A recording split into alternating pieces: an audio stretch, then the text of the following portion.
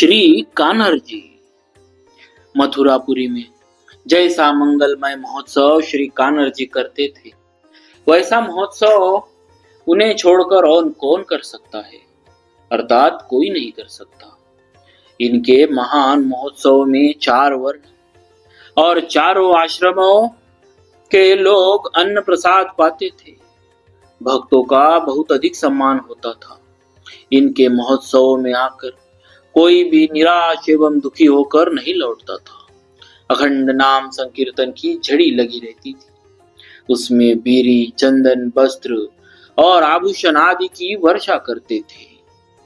परम उदार श्री कान्हर जी नाम गुण का कीर्तन करने वाले सामाजियों को भगवान के आभूषण तक न्यौछावर कर देते थे और देकर बहुत प्रसन्न होते थे। उमंग से भरकर श्री विट्ठल जी के सुपुत्र इन उत्सवों में इतस्तः सभी भक्तों के समीप जा जाकर उनके चरणों की रज को अपने मस्तक पर धारण करते थे। श्री कान्हर दास पुष्टि मार्गीय भक्त थे। इनके परिवार के संबंध में कोई प्रामाणिक जानकारी उपलब्ध नहीं है। गोस्वामी श्री विट्ठलनाथ जी जब द्वारका पधारे थे, उस यात्रा में वे अहमदाबाद भी कुछ दिन ठहरे थे। तब उन्होंने कन्हैयालाल शाल को कान्हर दास के साथ ही पुष्टि मार्ग में दीक्षित किया था।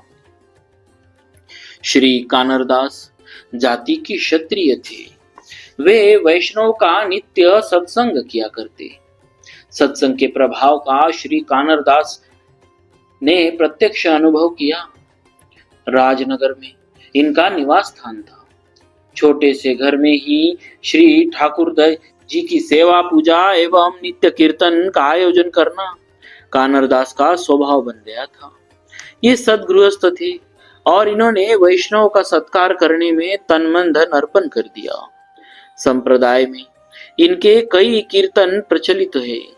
गोस्वामी श्री विट्ठलनाथ जी से दीक्षा ग्रहण करने के बाद उनके सानिध्य से इन्हें श्री कृष्ण की लीला का साक्षात्कार हुआ था। गोस्वामी गिरधर दास जी के व्यक्तित्व से भी यह प्रभावित हुए थे। लीला कीर्तन में रात दिन तन्मय रहकर श्री कृष्ण की यशो गाथा का गान करना इनका परम ध्येय था। आपने समस्त कली, कलमश और आदि व्याधि को कीर्तन एवं भजन से काटते रहना इन्हें सिद्ध था।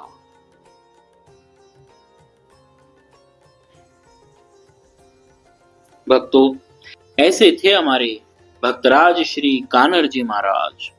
बोलिए भक्तराज श्री कान्हर जी महाराज की जय। भक्तवत्सल भगवान की जय।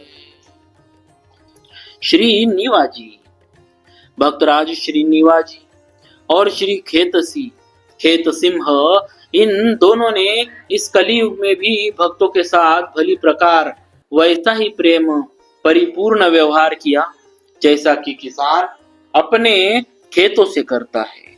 प्राय नित्य ही इनके घर पर भगवत भक्त आया ही करते थे।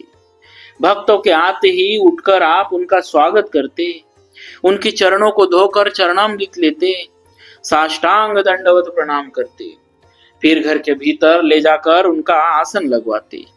आप भगवत भक्तों को हृदय से प्यार करते थे और जहां तहां कथा कीर्तन का आयोजन करते।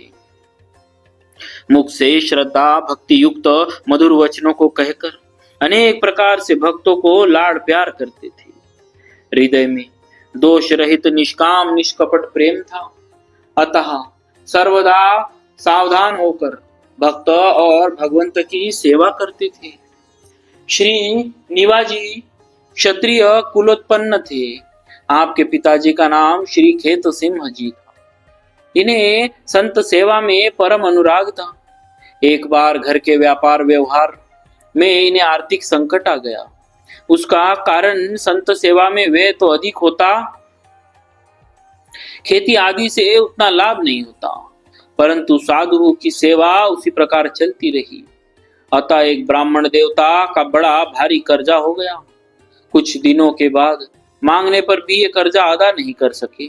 तब खींच कर महाजन ब्राह्मण देव इनके द्वार पर धरना देकर बैठ गए। भूखे प्यासे ब्राह्मण के भय से घर में किसी ने कुछ भी नहीं खाया पिया।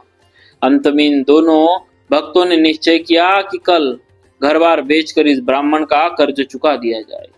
भक्त की इस चिंता से चिंतित प्रभु श्री राम जी ने नीवा जी का रूप धारण किया और रात को घर पर आकर ब्राह्मण से उन्होंने कहा, विप्रदेव, आप यह सोना लीजिए और भोजन कीजिए। सोने की तौल और मोल फिर प्रातः बाजार में हो जाएगी। ब्राह्मण ने ऐसा ही किया और प्रातः आकर श्री निवाजी से कहा, चलिए सोने को तौलवा कर बेच दीजिए। निवाजी ने आश्चर्यचकित होकर कहा, कैसा सोना? ब्राह्मण ने कहा, आपने ही तो रात में दिया था। ऐसा कहकर उस ब्राह्मण ने सोना दिखाया। श्री निवाजी श्री राम कृपा का अनुभव करके बेसुध हो गए। पश्चात अर्थ संकट दूर हो गया। इस प्रकार श्री राम जी ने श्री निवाजी को संत सेवा में सहयोग दिया। भक्तों, ऐसे थे हमारे भक्तराज श्री निवाजी महाराज।